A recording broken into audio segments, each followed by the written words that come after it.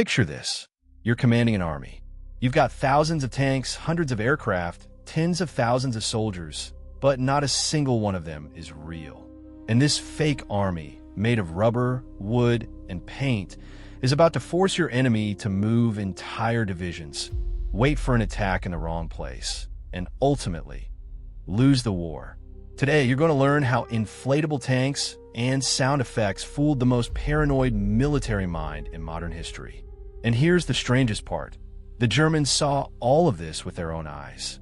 They photographed it. They analyzed it. Their best intelligence officers studied every detail. And they believed every single word of the lie. This isn't a story about technology. It's not about brave soldiers storming beaches. Well, not directly. This is about something far more dangerous. Understanding how the human mind works better than your enemy does. By the end of this video, you'll understand why sometimes the most powerful weapon isn't a bomb or a bullet. It's a story your enemy tells themselves. But first, we need to go back to 1944, when the Allies face an impossible problem. June 1944. The Allied forces are planning the largest amphibious invasion in human history, D-Day. They need to land 156,000 soldiers on the beaches of Normandy, France. If they succeed, they can push into Nazi-occupied Europe and end the war. If they fail, well, let's just say failure wasn't an option they wanted to think about. But here's the nightmare scenario keeping Allied commanders awake at night. Hitler has 58 divisions stationed in France. 58. And if he realizes where the invasion is actually happening and moves those forces to Normandy, the beaches will turn into a slaughterhouse. The invasion will fail before it even begins. General Dwight Eisenhower, the man in charge of this whole operation, understood this perfectly. He needed Hitler to keep his strongest forces somewhere else. Anywhere else, preferably as far from Normandy as possible. The obvious answer? Convince Hitler the invasion is coming somewhere else. Sounds simple, right? Just lie to him. Except Hitler wasn't an idiot. He had the best intelligence network in Europe.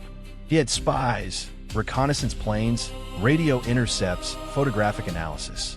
His generals were paranoid, meticulous, and constantly searching for Allied deception. You can't just tell your enemy you're attacking somewhere else and expect them to believe you. They'll see through it immediately. No.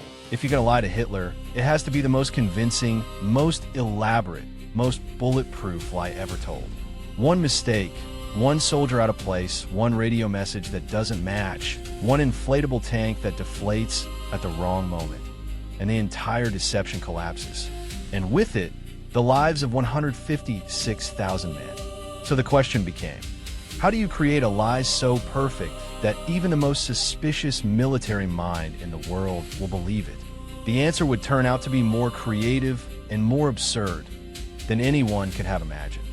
Enter a British intelligence officer named Dudley Clark. Now, Dudley wasn't your typical military man. Before the war, he'd been fascinated by stage magic, illusions, and the psychology of deception. While other officers were studying tank formations and artillery ranges, Dudley was thinking about how magicians made elephants disappear. And in 1940, he had a thought that seemed completely insane. What if we didn't just hide our real army, but created a fake one? When he first proposed this to his superiors, you can imagine the reaction. Wait, you want to do what? Build a fake army? With fake tanks? Fake planes? Are you out of your mind, Dudley? But Clark had studied how German intelligence worked. He knew they relied heavily on aerial reconnaissance. Photographs taken from planes flying over Allied territory. They'd count tanks, measure camps, track troop movements. Their intelligence was based on what they could see. So Clark asked a simple question. What if we showed them exactly what they wanted to see, except none of it was real? The British started experimenting with decoy tanks, wooden frames covered with painted canvas. From the air, they looked real enough. The Germans photographed them, analyzed them, and started making decisions based on fake equipment. It was working, but it wasn't enough. By 1944, the Americans took Clark's idea and decided to turn it into something far more ambitious. They created an entire military unit whose sole purpose was deception. Not fighting, not providing support, Just lying. Professionally. They called it the 23rd Headquarters Special Troops. History would call it the Ghost Army. And what they were about to pull off would make Dudley Clark's early experiments look like a child's magic show. But here's what nobody expected. The Ghost Army wouldn't just fool German intelligence. They'd do something far more powerful. They'd make the Germans fool themselves. The Ghost Army consisted of about 1,100 men. Artists, sound engineers, radio operators, designers. Many of them recruited from art schools and advertising agencies. Not exactly your typical soldiers. Their arsenal?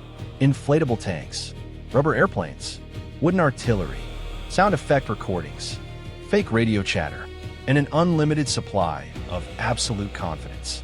Let me give you an idea of how this worked. The inflatable tanks were actually pretty sophisticated. They were made of rubberized canvas, and 4 men could carry one and inflate it in about 15 minutes using air compressors. From 200 feet away, they looked like real Sherman tanks. From the air, perfect replicas.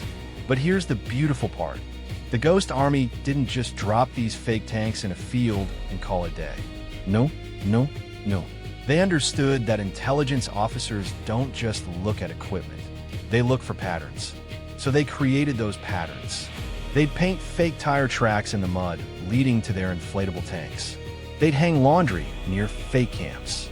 They'd set up recreation areas with volleyball nets and hand-drawn signs, pointing to the mess hall. They even had guys walking around in formation, doing all the boring stuff real soldiers do. From the air, German reconnaissance would see tanks, camps, activity, routine.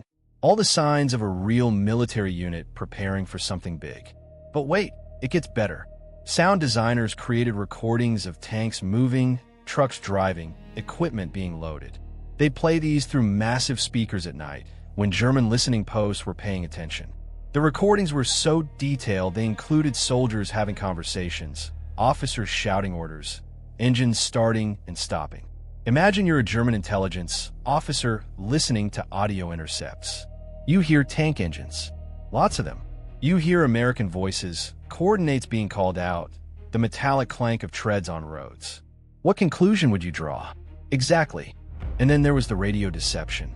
The Ghost Army had radio operators who would mimic the communication patterns of real divisions. They knew how different units talked, what frequencies they used, what kind of messages they sent. They'd send fake orders, fake status updates, fake casualty reports, all designed to make German codebreakers think they were intercepting real military communications. Now, here's what made this absolutely genius. The Ghost Army knew that German intelligence would try to verify what they were seeing. So they made sure every element confirmed every other element. Aerial photo shows tanks. Radio intercepts confirm tank division presence. Radio intercepts mention coordinates. Aerial photos show activity at those coordinates. Sound recordings suggest movement. Ground agents report seeing columns on the move. It was a web of lies, and every thread reinforced every other thread. But even the Ghost Army commanders weren't prepared for how well this was going to work. Operation Fortitude, the code name for the D-Day deception, had multiple components, but the star of the show was a fake army group that didn't exist. The first United States Army group, FUSAG, supposedly commanded by General George S. Patton. Now, Patton was the perfect choice for this. He was aggressive, famous, and the Germans feared him. Hitler's generals believed that wherever Patton went, the main attack would follow. So the Allies did something brilliant. They put their most feared general in command of an army that didn't exist. Patton's headquarters was established in Dover, England, directly across from Pas-de-Calais, France. This made perfect sense from a strategic standpoint. Calais was the shortest crossing of the English Channel, the most direct route to Germany, and the most obvious place to invade. The Ghost Army went to work. They created fake bases around Dover. Inflatable landing craft filled the harbors. Rubber tanks lined up in staging areas. Radio operators broadcast Patton's command structure across the airwaves. Sound trucks played recordings of massive military activity, and the Germans saw all of it. Their reconnaissance planes photographed the buildup. Their spies in England sent reports. Their listening posts tracked radio traffic. Everything pointed to one undeniable conclusion. The main invasion force was gathering across from Calais, and Patton was going to lead it. Here's where it gets psychological. The Germans wanted to believe this. Why? Because Calais made strategic sense. It was the shortest route, the most logical target. The intelligence matched their expectations. And when intelligence matches what you already believe, you don't question it as hard as you should. This is called confirmation bias, and it's one of the most powerful forces in human psychology. The Ghost Army wasn't just creating evidence. They were creating evidence that the Germans wanted to find. By May 1944, Hitler had positioned his strongest forces around Calais, including the 15th Army, some of his best divisions. They were ready for Patton. They were waiting for the real invasion. Meanwhile, in southern England, far from Dover, the actual invasion force was gathering in secret.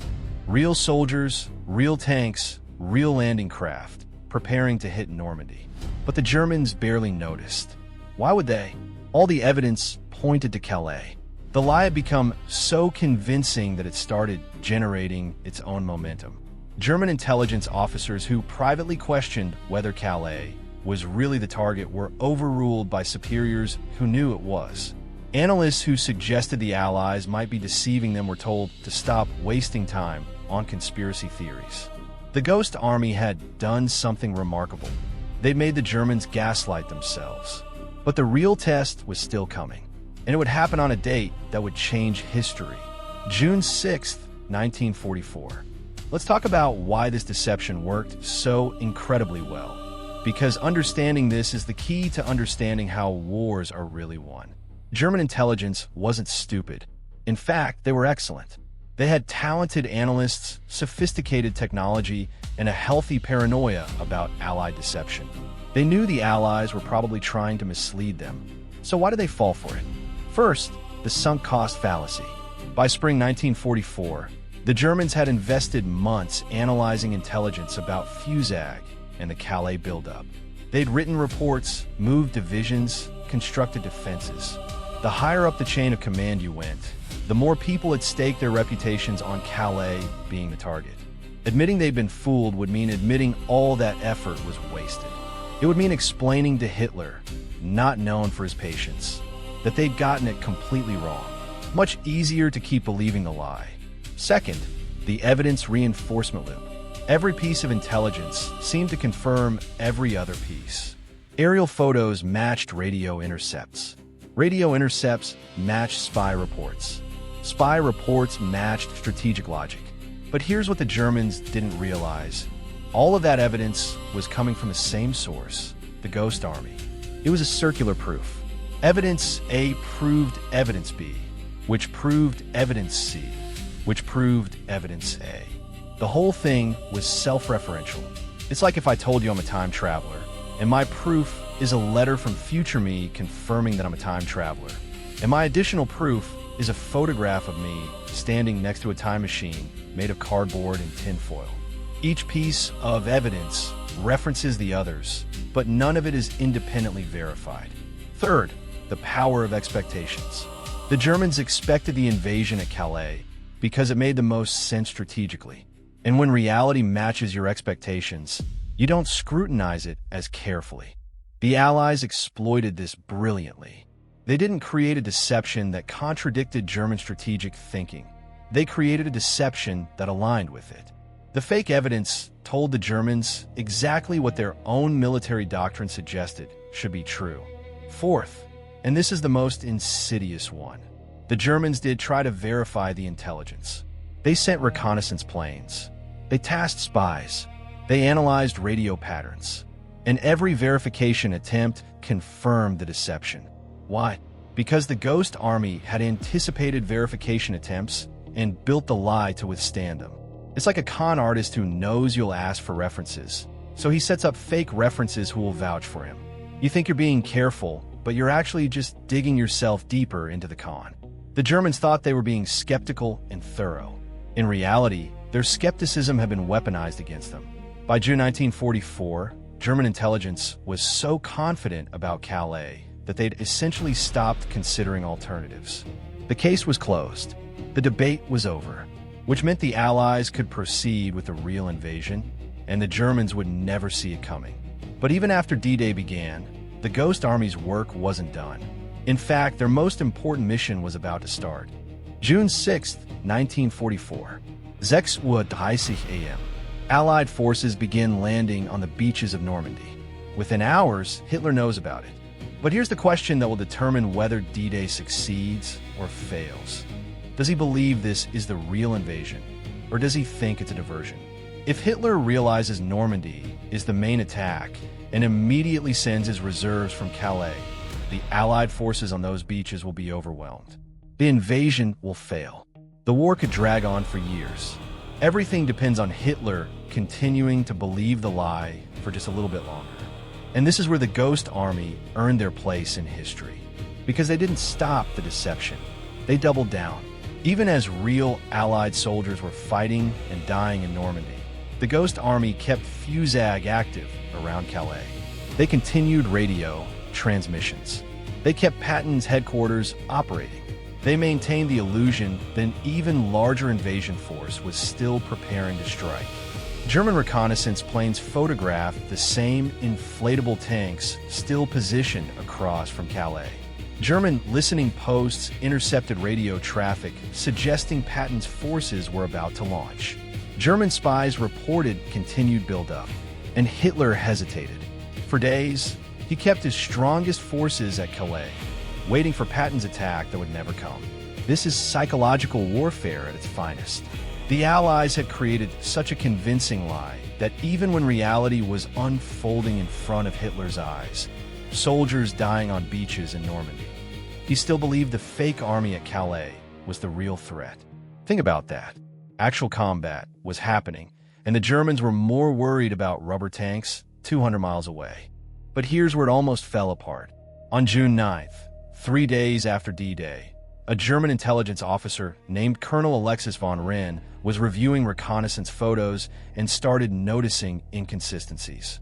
Some of the tanks near Dover hadn't moved in weeks. Some of the landing craft looked strange in certain lighting. Radio patterns were perhaps a bit too perfect. Von Rehn wrote a memo suggesting that Fusag might be a deception and that Hitler should immediately send reserves to Normandy. This memo reached Hitler's desk on June 10th. If Hitler listened to von Rehn, the entire operation would be exposed. The reinforcements would flood to Normandy. Allied forces would be pushed back into the sea. Everything hung on what Hitler would decide in the next few hours. The Ghost Army had no idea how close they were to catastrophic failure. They were still in England, inflating rubber tanks and playing sound recordings, completely unaware that a single German intelligence officer had figured it out. What happened next would determine the fate of millions. Hitler read von Rehn's memo. He read the analysis suggesting Fusag might be fake, that the real invasion was already underway in Normandy, that he should send his reserves immediately. He read it and dismissed it. Why? For the most frustrating reason possible. He trusted his gut over the evidence. Hitler had convinced himself weeks earlier that Patton would lead the main invasion at Calais. He'd said so in multiple meetings. He'd planned his defense around it. And Hitler was not a man who easily admitted he was wrong. So when presented with evidence that contradicted his belief, he did what humans often do. He rejected the evidence. He told his generals that the Normandy landing was a diversion, a feint to draw forces away from Calais before Patton's real attack. He ordered the 15th Army to stay at Calais and wait. Von Rehn's memo was filed away and forgotten. And just like that, the deception held. For 7 crucial weeks after D-Day, Hitler kept waiting for Patton's attack at Calais. 7 weeks of Allied forces establishing a foothold in Normandy. 7 weeks of supplies flowing in, reinforcements arriving, position strengthening. By the time Hitler finally accepted that Normandy was the real invasion and began moving his reserves, it was too late. The Allies had already established an unbreakable position. The invasion succeeded, and a fake army of rubber tanks and sound effects had saved hundreds of thousands of lives. But here's the detail that makes this story even more remarkable. The Ghost Army didn't know they'd succeeded. They kept operating for months, running deception operations across Europe. never fully understanding the impact they'd had. They wouldn't learn the full story until after the war, when captured German documents revealed just how completely they fooled Hitler's military. Operation Fortitude is still considered the most successful military deception in history. The Ghost Army's fake divisions tied up entire German armies that could have turned the tide at Normandy. Historians estimate that the deception shortened the war by months, possibly years. It saved countless lives, Allied and German, all because a group of artists and sound engineers understood something profound about human psychology. After the war, the Ghost Army's story remained classified for decades. These men who had arguably won one of the most important battles of the war couldn't tell anyone what they'd done. Imagine going home and your family asks, "What did you do in the war?" "Oh, inflated some tanks, played some sound effects." The usual. It wasn't until 1996, more than 50 years after D-Day, that the full details of Operation Fortitude and the Ghost Army were declassified.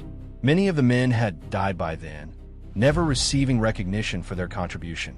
No medals, no pedats, just the quiet satisfaction of knowing they'd done something extraordinary that nobody could ever know about. When the story finally came out, military historians were stunned, not just by the audacity of the operation, but by how well it worked. The deception was so successful that it exceeded even the Allies' own expectations. The Ghost Army didn't just fool German intelligence. They created a masterpiece of psychological manipulation that changed how military deception would be conducted forever. Modern military deception doctrine is built on principles learned from Operation Fortitude. Make the enemy see what they expect to see. Create layered evidence that reinforces itself. Understand your enemy's psychology better than they understand it themselves. But perhaps the most important lesson isn't military at all. It's about human nature. The reason the Ghost Army succeeded wasn't because they had better technology or more resources than the Germans. They succeeded because they understood something fundamental. People believe what makes sense to them, what fits their expectations, what confirms what they already think is true. The Germans had all the information they needed to figure out the deception. Von Renz saw through it. But the system, the hierarchy, the commitment to prior beliefs, all of it worked against the truth. And that's terrifying, isn't it? That you can have access to reality, have someone point it out to you, and still choose to believe the lie because the lie makes more sense than the truth. This isn't just a historical curiosity. This same psychological mechanism plays out every day in politics, business, relationships, and personal decisions. We see what we expect to see. We believe what confirms our assumptions. We reject evidence that contradicts our worldview. The Ghost Army didn't defeat the German military. They defeated the German mind. And that's a far more powerful weapon than any tank, real or inflatable. So why did this work so perfectly? What was the real secret? It wasn't the rubber tanks. It wasn't the sound effects. It wasn't even the elaborate radio deception. The secret was understanding that intelligence isn't just about collecting information. It's about interpreting it. And interpretation is inherently human, which means it's inherently flawed. The Allies didn't win because they had better intelligence. They won because they understood how intelligence works. They understood the human factors, confirmation bias, sunk cost fallacy, organizational inertia, ego preservation. German intelligence officers weren't stupid. They were smart, capable professionals.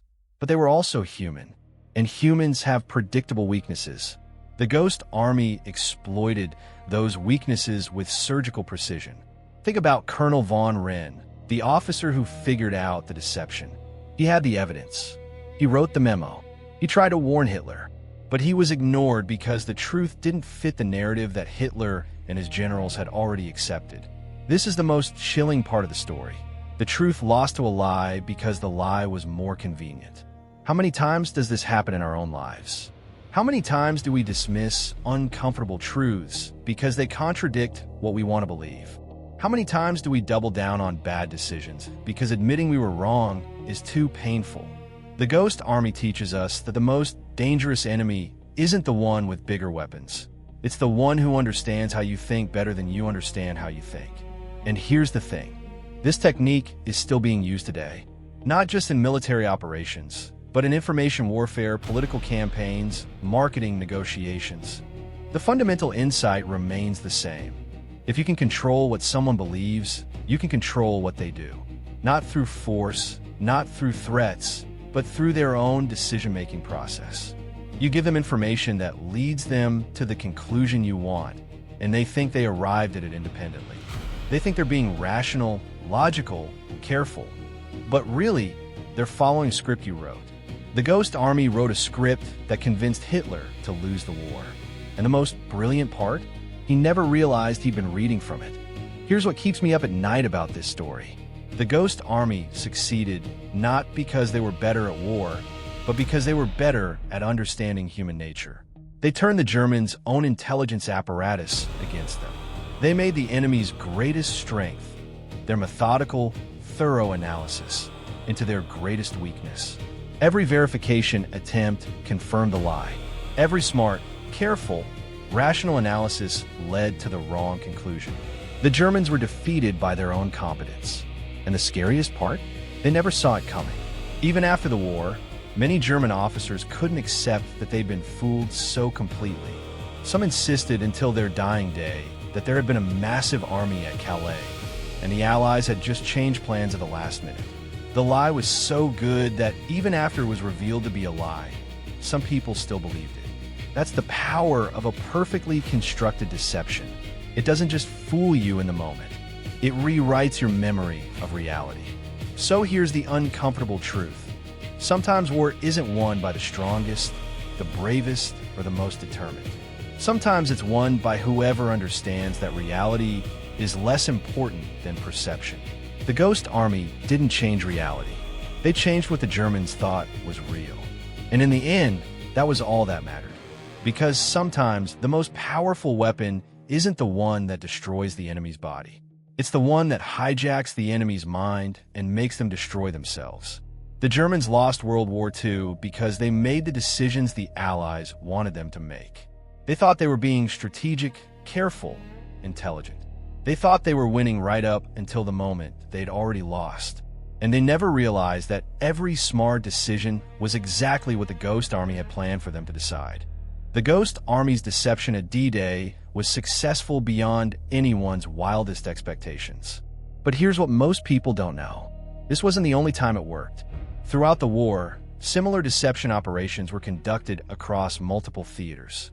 The Japanese were fooled by fake air bases. The Italians were misled about invasion targets.